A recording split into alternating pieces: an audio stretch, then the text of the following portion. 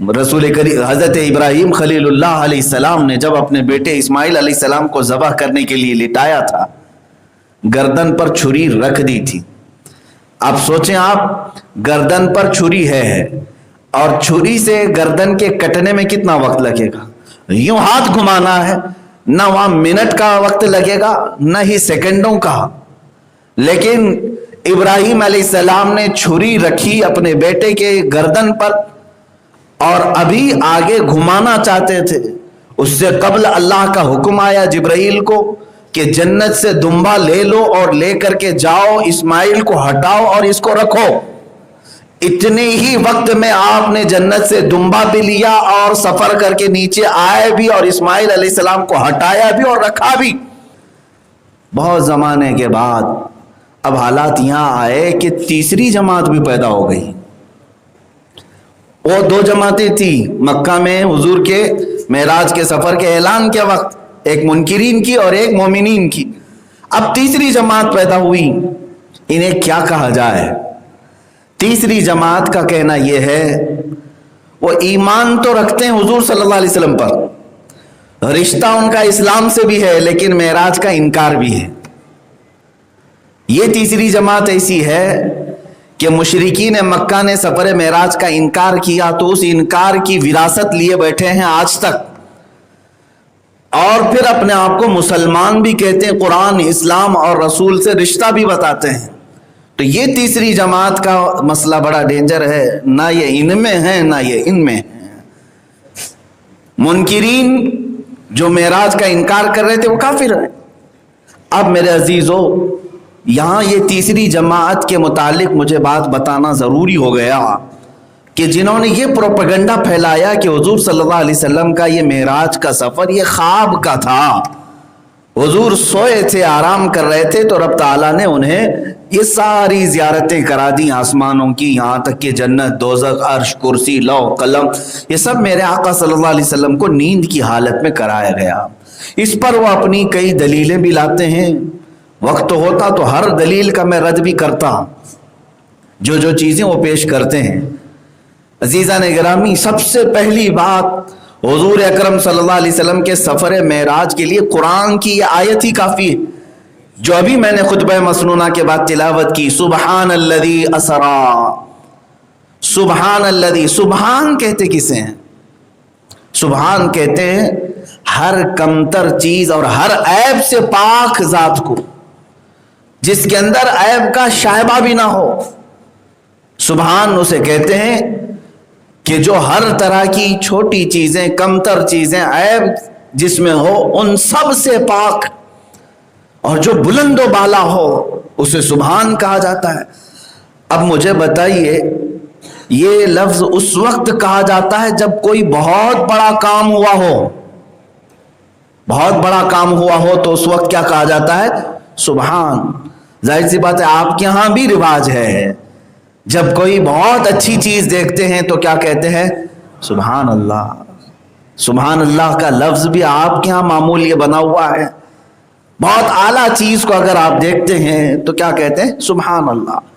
میرے عزیزو، رب تعالیٰ جب سبحان کے ذریعے سے حضور کے سفر کو بیان کر رہا ہے، ترجمہ سنیے، اللہ فرما رہا ہے پاک ہے وہ ذات جس نے اپنے بندے خاص کو سفر کرایا رات کے ایک حصے میں مسجد حرم سے مسجد اقصی تک.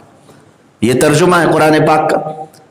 سبحان الذی اسرا بعبدہ. اب اس میں کئی لفظ ہیں جو حضور صلی اللہ علیہ وسلم کے جسمانی معراج کی دلیل ہے. میں اسی پر آج گفتگو کر رہا ہوں. بس واقعہ بڑا تفصیلی ہے. صرف اور صرف یہ عقیدہ میں دینا چاہتا ہوں جن لوگوں نے یہ پروپیگنڈا پھیلایا کہ وہ سوتے ہوئے خواب میں گئے تھے، خواب میں آ گئے. اے میرے عزیز، خواب ہی کی بات ہوتی تو اتنا بڑا اس کو بیان نہیں کیا جاتا سبحان کہہ کر کے، اس کو تو یوں ہی بیان کر دیا جاتا. خواب کی باتیں تو قرآن پاک میں آئی. ابراہیم علیہ السلام نے خواب دیکھا، اپنے بیٹے کو ذبح کر رہے ہیں، وہاں پر کہیں سبحان کا لفظ نہیں آیا. حضرت ابراہیم علیہ السلام کے خواب کا تذکرہ ہے، حضرت یوسف علیہ السلام کے خواب کا تذکرہ ہے. یوسف علیہ السلام نے خواب دیکھا، انی رأیت 11 کوکبا، کہ میں نے 11 ستاروں کو دیکھا ہے کہ وہ مجھے سجدہ کر رہے تھے. تو خواب کا وہاں پر بھی بیان ہے، لیکن اس کو سبحان کے ذریعے سے بیان نہیں کیا گیا۔ لیکن رسول پاک کے سفر کو اللہ نے جب بیان کیا تو سبحان الذی کہہ کر اس کا مطلب ہوا کہ یہ حقیقت میں اتنا بڑا معاملہ تھا جس کی وجہ سے یہ کہا جا رہا ہے وہ بلند و بالا ذات ہے جس نے یہ سفر کرایا ہے۔ چھوٹی چیز کی نسبت کے وقت اس طرح کا بڑا جملہ نہیں کہا جاتا، یہ ایک لغوی بات ہے، لاجیکلی آپ سے کہہ رہا ہوں۔ دوسری اسی آیت میں ہے اسرا۔ اسرا یہ عربک ورڈ ہے۔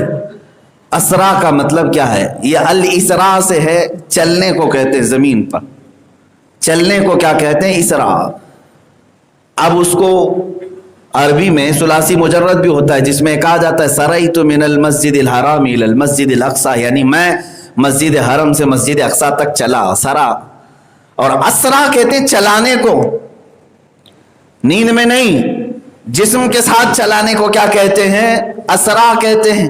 اور قرآن کی اس آیت میں اللہ تعالیٰ نے فرمایا سبحان الذی اسرا، پاک ہے وہ ذات جس نے اپنے رسول کو حالت بیداری میں چلایا۔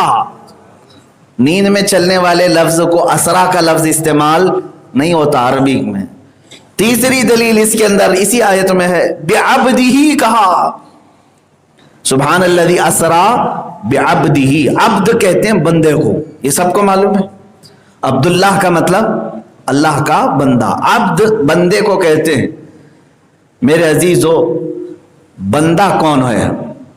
بندے کے متعلق کہا گیا ہے کہ روح اور جسم دونوں سے مل کر کے بندہ ہے، اور خواب میں جانے والی جو باتیں ہوتی ہیں وہ صرف روح جاتی ہے، جسم نہیں جاتا۔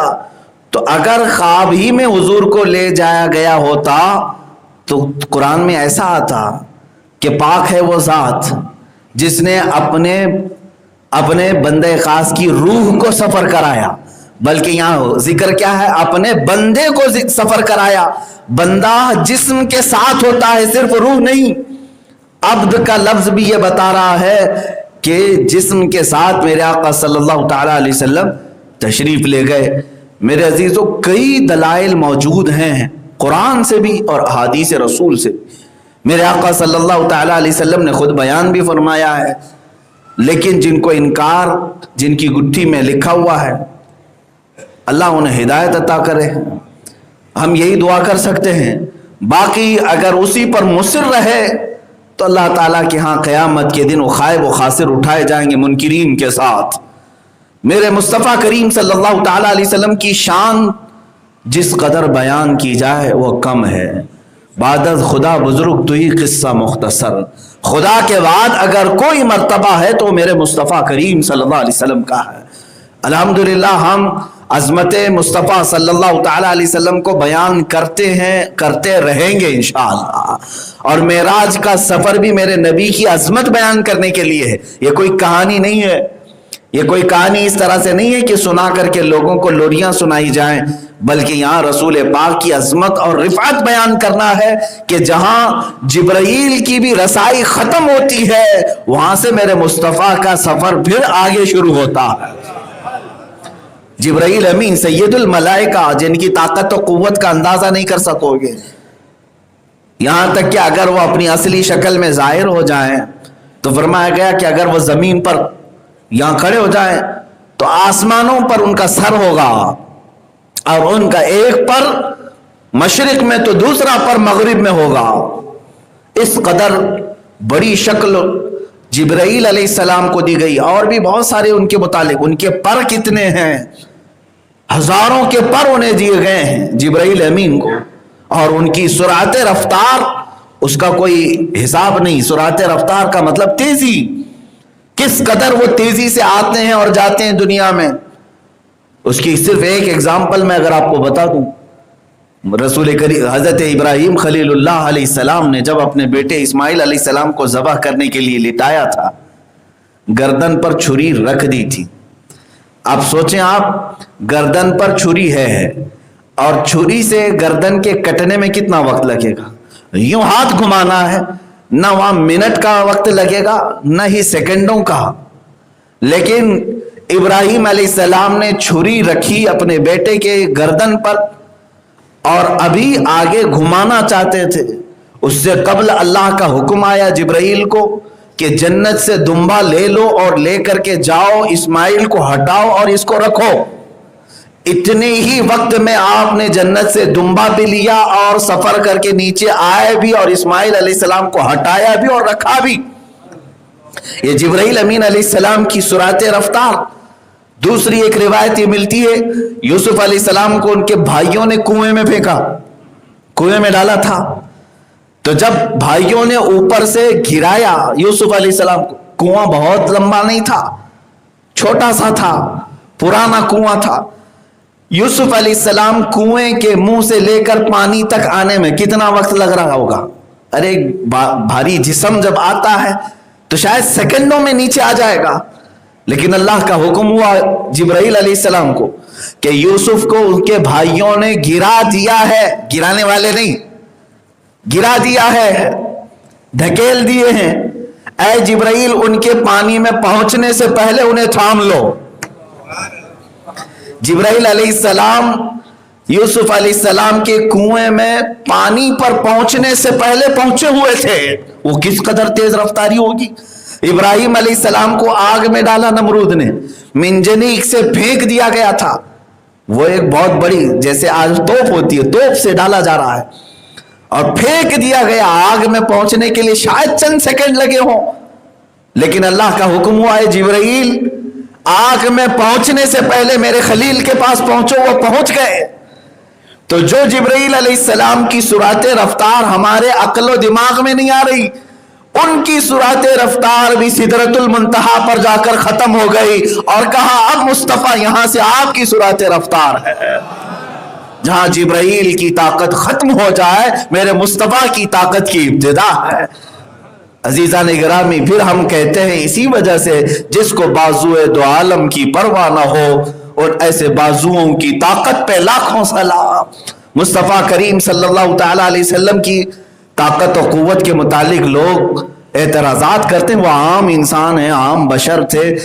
ان کے حضور اکرم صلی اللہ تعالی علیہ وسلم کے متعلق جس طرح کے جملے آج کے کچھ ایسے دو ٹانگ کے جانوروں نے کہا کہ وہ بازار میں گھومتے پھرتے تھے، کھاتے پیتے تھے، اسی طرح رہتے تھے. نادانو، تم نے حضور کے صرف ظاہر کو دیکھا. اگر عام انسان تھے تو جاؤ پہلے آسمان کا سفر کر کے دکھاؤ، سارے گرو گھنٹالوں کو لے لو اور اڑ کے دکھاؤ. ناسا، خلائی، اسپیس پر جانے والے آج تک جا جا کر کے تھک چکے، لیکن نہ یہ ابھی تک آسمانوں کا پتہ لگا سکے، نہ ہی ستاروں کی کھوج لگا سکے. یہاں تک کہ سائنٹسٹ بھی ابھی یہ کہتے ہیں کہ جو ستارے ہیں، یعنی آسمان میں جو ستارے ہیں، ان کے متعلق کہتے ہیں 50 بلین ہیں.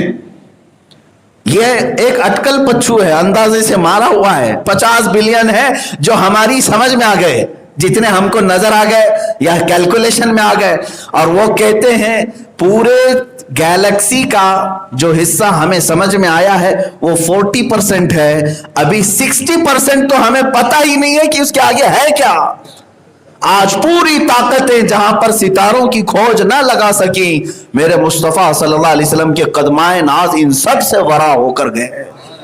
اور کوئی غیب کیا تم سے نہا ہو بھلا، جب نہ خدا ہی چھپا تم پہ کروڑوں درود. مصطفیٰ کریم صلی اللہ علیہ وسلم کی شان ہی بیان کرنی ہے. میرے عزیزوں، معراج کا سفر بھی واقعہ سنانے کے لیے نہیں بلکہ حضور کی عظمت بیان کرنے کے لیے.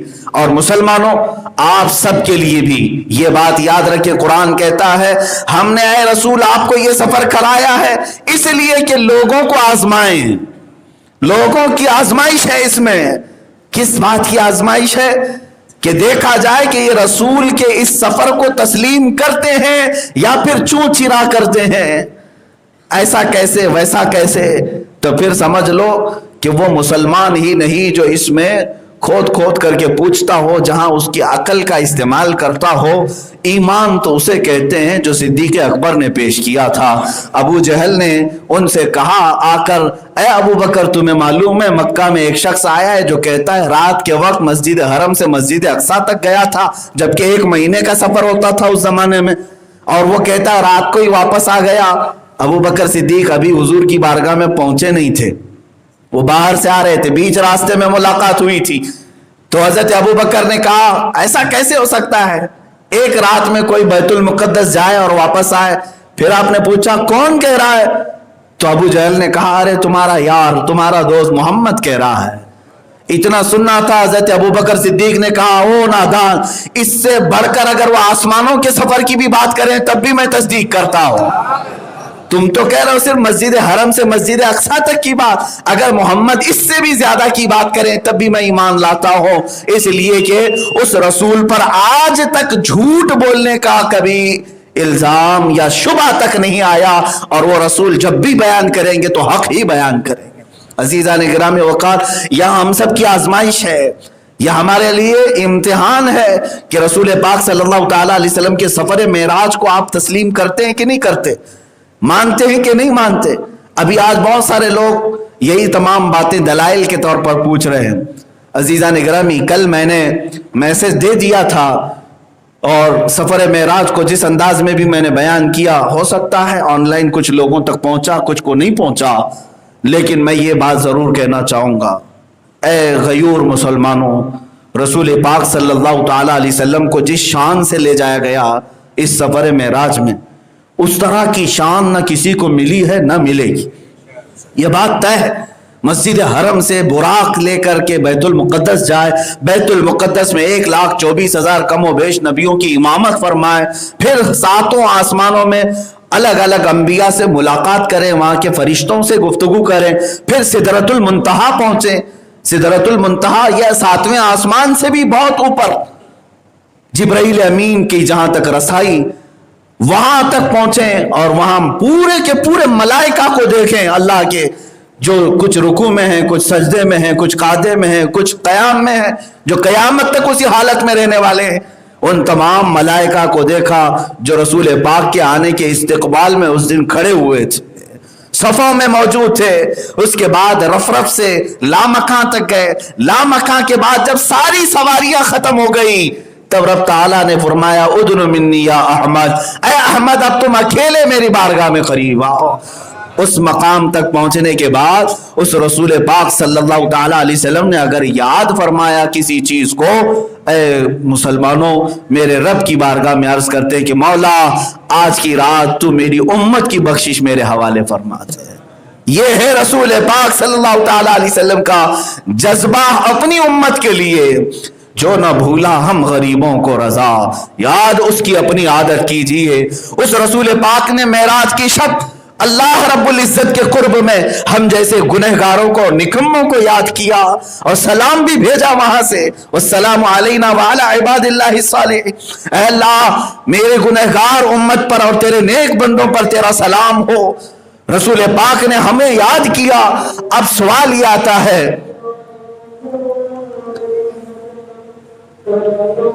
اذان ہو رہی ہے،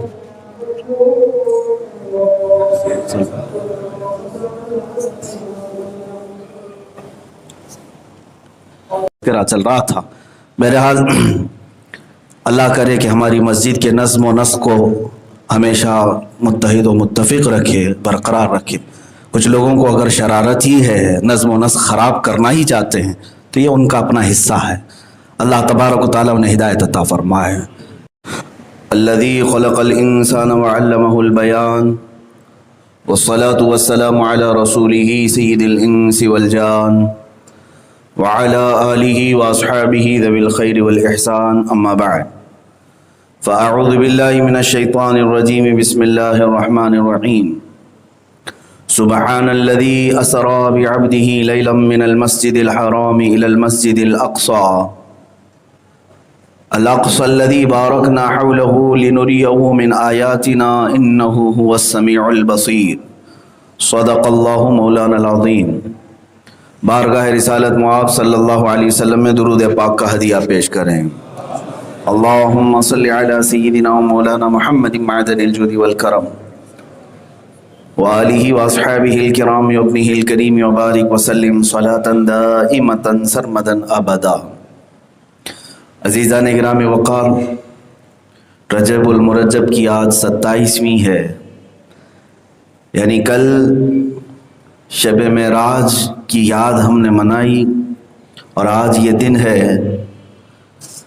رسول کریم صلی اللہ تعالیٰ علیہ وسلم کی زندگی پاک میں معراج میرے آقا کا ایک معجزہ بھی ہے اور اللہ کا ایک بہت بڑا انعام ہے جو نبی کونین صلی اللہ تعالیٰ علیہ وسلم سے قبل نہ کسی کو ملا تھا نہ قیامت تک کسی کو ملے گا۔ وہ رسول پاک صلی اللہ تعالیٰ علیہ وسلم کو اعزاز کے ساتھ تکریم کے ساتھ آسمانوں پر بلایا گیا۔ واقع معراج بڑا تفصیلی ہے، آپ نے اس سے قبل سنا بھی ہوگا، پڑھا بھی ہوگا۔ چند باتیں اس سے ریلیٹڈ میں عرض کرتا ہوں۔ حضور پاک صلی اللہ تعالیٰ علیہ وسلم کا یہ سفر معراج جب میرے آقا صلی اللہ علیہ وسلم بیان فرما رہے تھے، مکہ مکرمہ میں صبح کا وقت تھا، حجر اسود کے قریب کھڑے ہو کر میرے آقا صلی اللہ علیہ وسلم معراج کا سفر بیان فرما رہے تھے۔ تو اس وقت وہاں مشرکین مکہ بھی تھے اور جو ایمان لائے ہوئے تھے وہ بھی موجود تھے، مومنی باہر سے آئے ہوئے قافلے بھی تھے تجارت کے۔ تقریباً مکہ میں 27 قبیلے ہوتے تھے، ان سب کے سردار وہاں موجود تھے۔ اتفاق سے سب کے سامنے میرے آقا صلی اللہ علیہ وسلم نے اپنے سفر معراج کو بیان کیا تو وہاں 2 جماعتیں ہو گئی۔ یہ توجہ سے سنیں اس بات کو، 2 گروپ ہو گئے۔ ایک نے حضور پاک صلی اللہ علیہ وسلم پر بغیر کسی چوں چرا کیے ہوئے ایمان قبول کیا، جس میں صدیق اکبر رضی اللہ تعالیٰ عنہ اور ان جیسے ایمان صفت لوگ تھے۔ انہوں نے فوراً کہا کہ اللہ کے نبی صلی اللہ علیہ وسلم نے اگر بیان کیا ہے تو یقیناً یہ حق ہے، سفر کو قبول کر لیا۔ ایک جماعت یہ ہوئی، اور ایک جماعت جس نے مکمل طور پر حضور کا انکار کیا وہ کافروں کی جماعت تھی۔ انہوں نے کہا یہ سب افواہ ہے، معاذ اللہ رب العالمین۔ میرے آقا صلی اللہ تعالیٰ علیہ وسلم پر انہوں نے افترا کیا، جھوٹ باندھا، بہت الگ الگ طرح کی باتیں کی۔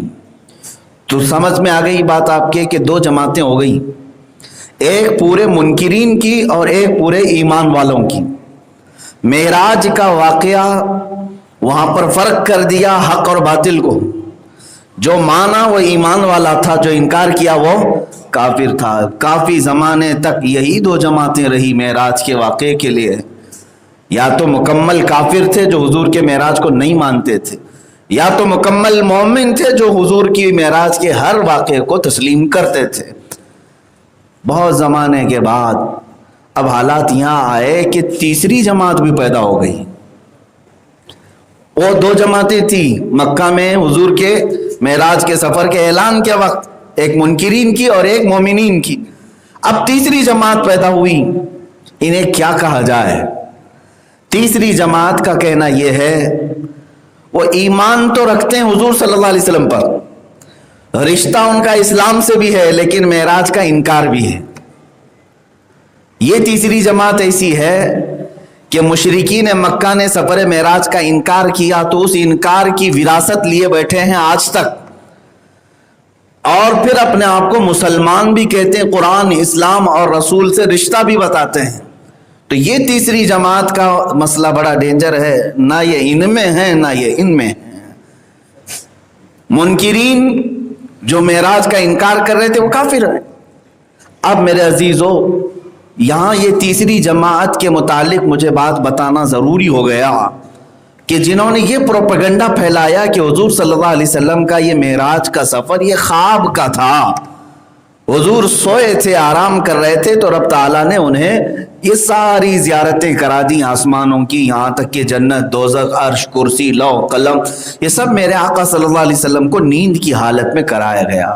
اس پر وہ اپنی کئی دلیلیں بھی لاتے ہیں، وقت ہوتا تو ہر دلیل کا میں رد بھی کرتا، جو چیزیں وہ پیش کرتے ہیں۔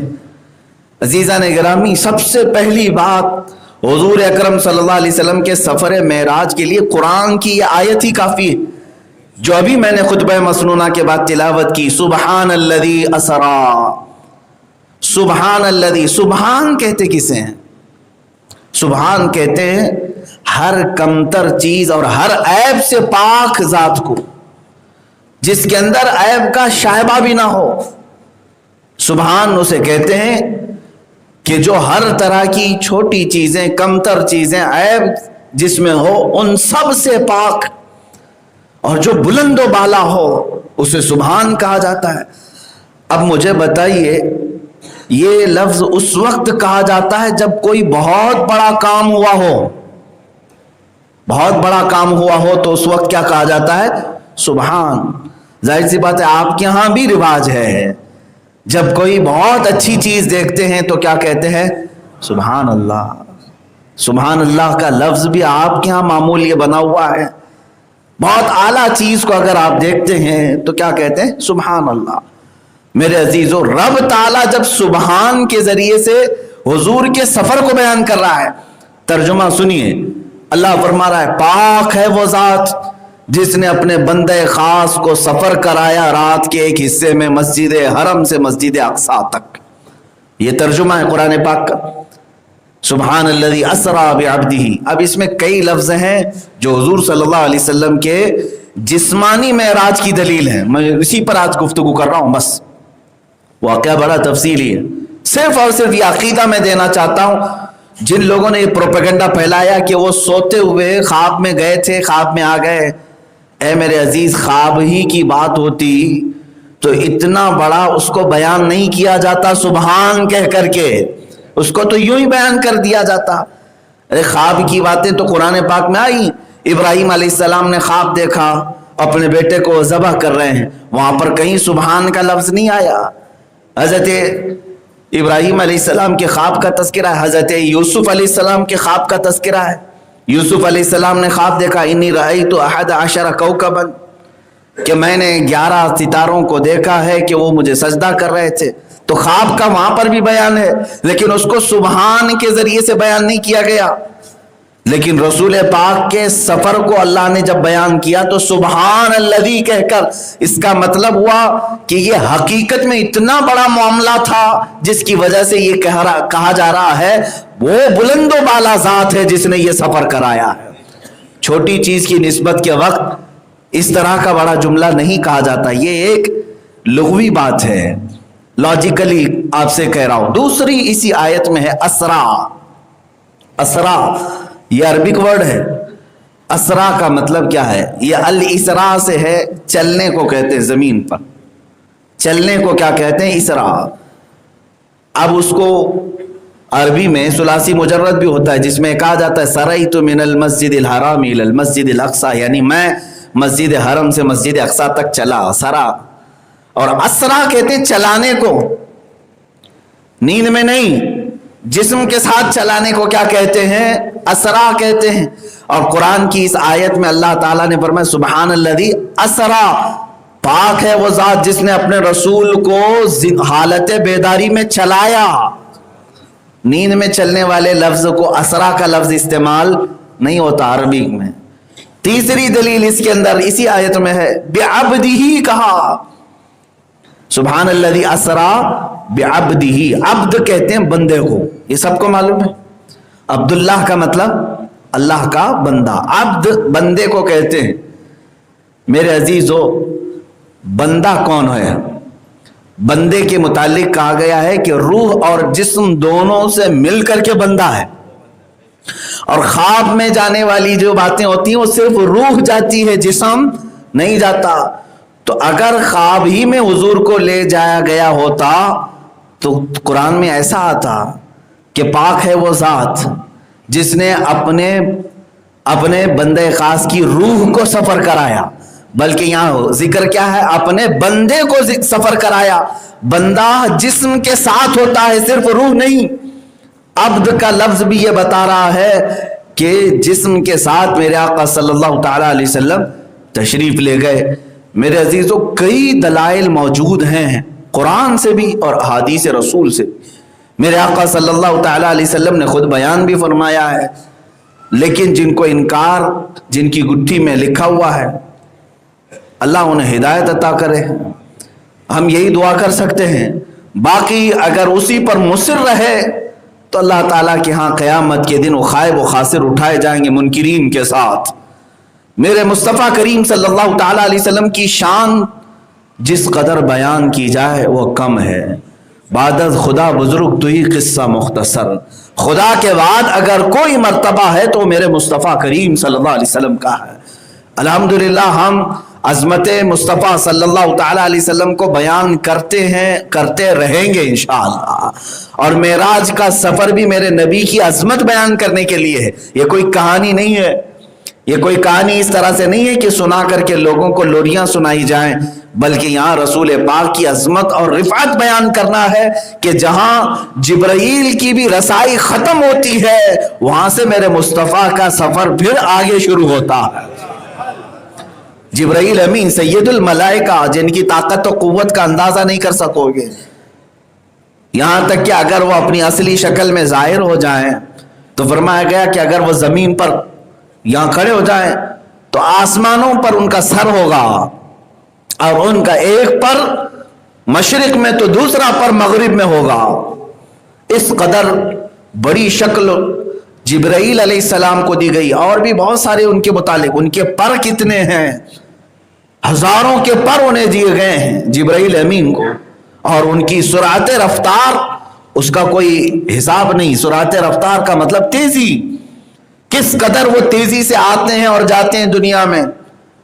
اس کی صرف ایک ایگزامپل میں اگر آپ کو بتا دوں, رسول کریم حضرت ابراہیم خلیل اللہ علیہ السلام نے جب اپنے بیٹے اسماعیل علیہ السلام کو ذبح کرنے کے لیے لٹایا تھا, گردن پر چھری رکھ دی تھی. اب سوچیں آپ, گردن پر چھری ہے اور چھری سے گردن کے کٹنے میں کتنا وقت لگے گا. یوں ہاتھ گھمانا ہے, نہ وہاں منٹ کا وقت لگے گا نہ ہی سیکنڈوں کا. لیکن ابراہیم علیہ السلام نے چھری رکھی اپنے بیٹے کے گردن پر اور ابھی آگے گھمانا چاہتے تھے. اس سے قبل اللہ کا حکم آیا جبرائیل کو کہ جنت سے دمبا لے لو اور لے کر کے جاؤ, اسماعیل کو ہٹاؤ اور اس کو رکھو.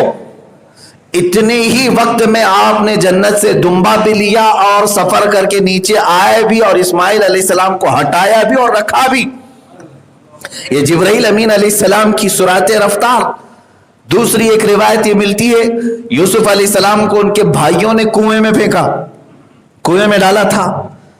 تو جب بھائیوں نے اوپر سے گرایا یوسف علیہ السلام کو, کنواں بہت لمبا نہیں تھا, چھوٹا سا تھا, پرانا کنواں تھا. یوسف علیہ السلام کنویں کے منہ سے لے کر پانی تک آنے میں کتنا وقت لگ رہا ہوگا. ارے بھاری جسم جب آتا ہے تو شاید سیکنڈوں میں نیچے آ جائے گا, لیکن اللہ کا حکم ہوا جبرائیل علیہ السلام کو کہ یوسف کو ان کے بھائیوں نے گرا دیا ہے. گرانے والے نہیں, گرا دیا ہے, دھکیل دیے ہیں. اے جبرائیل, ان کے پانی میں پہنچنے سے پہلے انہیں تھام لو. جبرائیل علیہ السلام یوسف علیہ السلام کے کنویں میں پانی پر پہنچنے سے پہلے پہنچے ہوئے تھے. وہ کس قدر تیز رفتاری ہوگی. ابراہیم علیہ السلام کو آگ میں ڈالا نمرود نے, منجنیق سے پھینک دیا گیا تھا. وہ ایک بہت بڑی, جیسے آج توپ ہوتی ہے, توپ سے ڈالا جا رہا ہے اور پھینک دیا گیا. آگ میں پہنچنے کے لیے شاید چند سیکنڈ لگے ہوں, لیکن اللہ کا حکم ہوا ہے جبرائیل آگ میں پہنچنے سے پہلے میرے خلیل کے پاس پہنچو. وہ پہنچ گئے. تو جو جبرائیل علیہ السلام کی سرعت رفتار ہمارے عقل و دماغ میں نہیں آ رہی, ان کی سرعت رفتار بھی سدرۃ المنتہا پر جا کر ختم ہو گئی اور کہا اب مصطفیٰ یہاں سے آپ کی سرعت رفتار ہے. جہاں جبرائیل کی طاقت ختم ہو جائے میرے مصطفیٰ کی طاقت کی ابتدا ہے. عزیزان گرامی, پھر ہم کہتے ہیں اسی وجہ سے جس کو بازوئے دو عالم کی پرواہ نہ ہو, اور ایسے بازوؤں کی طاقت پہ لاکھوں سلام. مصطفیٰ کریم صلی اللہ تعالی علیہ وسلم کی طاقت و قوت کے متعلق لوگ اعتراضات کرتے ہیں. وہ عام انسان ہیں, عام بشر تھے. ان کے حضور اکرم صلی اللہ تعالی علیہ وسلم کے متعلق جس طرح کے جملے آج کے کچھ ایسے دو ٹانگ کے جانوروں نے کہا کہ وہ بازار میں گھومتے پھرتے تھے, کھاتے پیتے تھے, اسی طرح رہتے تھے. نادانو, تم نے حضور کے صرف ظاہر کو دیکھا. اگر عام انسان تھے تو جاؤ پہلے آسمان کا سفر کر کے دکھاؤ, سارے گرو گھنٹالوں کو لے لو اور اڑ کے دکھاؤ. ناسا, خلائی, اسپیس پر جانے والے آج تک جا جا کر کے تھک چکے, لیکن نہ یہ ابھی تک آسمانوں کا پتہ لگا سکے, نہ ہی ستاروں کی کھوج لگا سکے. یہاں تک کہ سائنٹسٹ بھی ابھی یہ کہتے ہیں کہ جو ستارے ہیں یعنی آسمان میں جو ستارے ہیں ان کے متعلق کہتے ہیں 50 بلین ہیں. یہ ایک اٹکل پچھو ہے, اندازے سے مارا ہوا ہے. 50 بلین ہے جو ہماری سمجھ میں آ گئے, جتنے ہم کو نظر آ گئے یا کیلکولیشن میں آ گئے. اور وہ کہتے ہیں پورے گیلیکسی کا جو حصہ ہمیں سمجھ میں آیا ہے وہ 40% ہے. ابھی 60% تو ہمیں پتہ ہی نہیں ہے کہ اس کے آگے ہے کیا. آج پوری طاقتیں جہاں پر ستاروں کی کھوج نہ لگا سکیں, میرے مصطفیٰ صلی اللہ علیہ وسلم کے قدمائے ناز ان سب سے ورا ہو کر گئے. اور کوئی غیب کیا تم سے نہا ہو بھلا, جب نہ خدا ہی چھپا تم پہ کروڑوں درود. مصطفیٰ کریم صلی اللہ علیہ وسلم کی شان ہی بیان کرنی ہے. میرے عزیزوں, معراج کا سفر بھی واقعہ سنانے کے لیے نہیں بلکہ حضور کی عظمت بیان کرنے کے لیے. اور مسلمانوں, آپ سب کے لیے بھی یہ بات یاد رکھیں, قرآن کہتا ہے ہم نے اے رسول آپ کو یہ سفر کرایا ہے اس لیے کہ لوگوں کو آزمائیں. لوگوں کی آزمائش ہے اس میں. کس بات کی آزمائش ہے؟ کہ دیکھا جائے کہ یہ رسول کے اس سفر کو تسلیم کرتے ہیں یا پھر چوں چرا کرتے ہیں. ایسا کیسے ویسا کیسے؟ تو پھر سمجھ لو کہ وہ مسلمان ہی نہیں جو اس میں کھود کھود کر کے پوچھتا ہو, جہاں اس کی عقل کا استعمال کرتا ہو. ایمان تو اسے کہتے ہیں جو صدیق اکبر نے پیش کیا تھا. ابو جہل نے ان سے کہا آ کر, اے ابو بکر تمہیں معلوم ہے مکہ میں ایک شخص آیا ہے جو کہتا ہے رات کے وقت مسجد حرم سے مسجد اقصی تک گیا تھا, جبکہ 1 مہینے کا سفر ہوتا تھا اس زمانے میں, اور وہ کہتا ہے رات کو ہی واپس آ گیا. ابو بکر صدیق ابھی حضور کی بارگاہ میں پہنچے نہیں تھے, وہ باہر سے آ رہے تھے, بیچ راستے میں ملاقات ہوئی تھی. تو حضرت ابو بکر نے کہا ایسا کیسے ہو سکتا ہے ایک رات میں کوئی بیت المقدس جائے اور واپس آئے؟ پھر آپ نے پوچھا کون کہہ رہا ہے؟ تو ابو جہل نے کہا ارے تمہارا یار, تمہارا دوست محمد کہہ رہا ہے. اتنا سننا تھا. حضرت ابو بکر صدیق نے کہا او نادان, اس سے بڑھ کر اگر وہ آسمانوں کے سفر کی بھی بات کریں تب بھی میں تصدیق کرتا ہوں.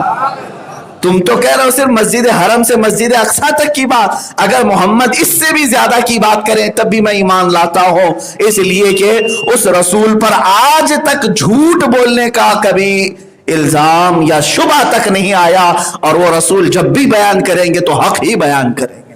عزیزان گرامی وقار, یہاں ہم سب کی آزمائش ہے, یہ ہمارے لیے امتحان ہے کہ رسول پاک صلی اللہ تعالی علیہ وسلم کے سفر معراج کو آپ تسلیم کرتے ہیں کہ نہیں کرتے, مانتے ہیں کہ نہیں مانتے.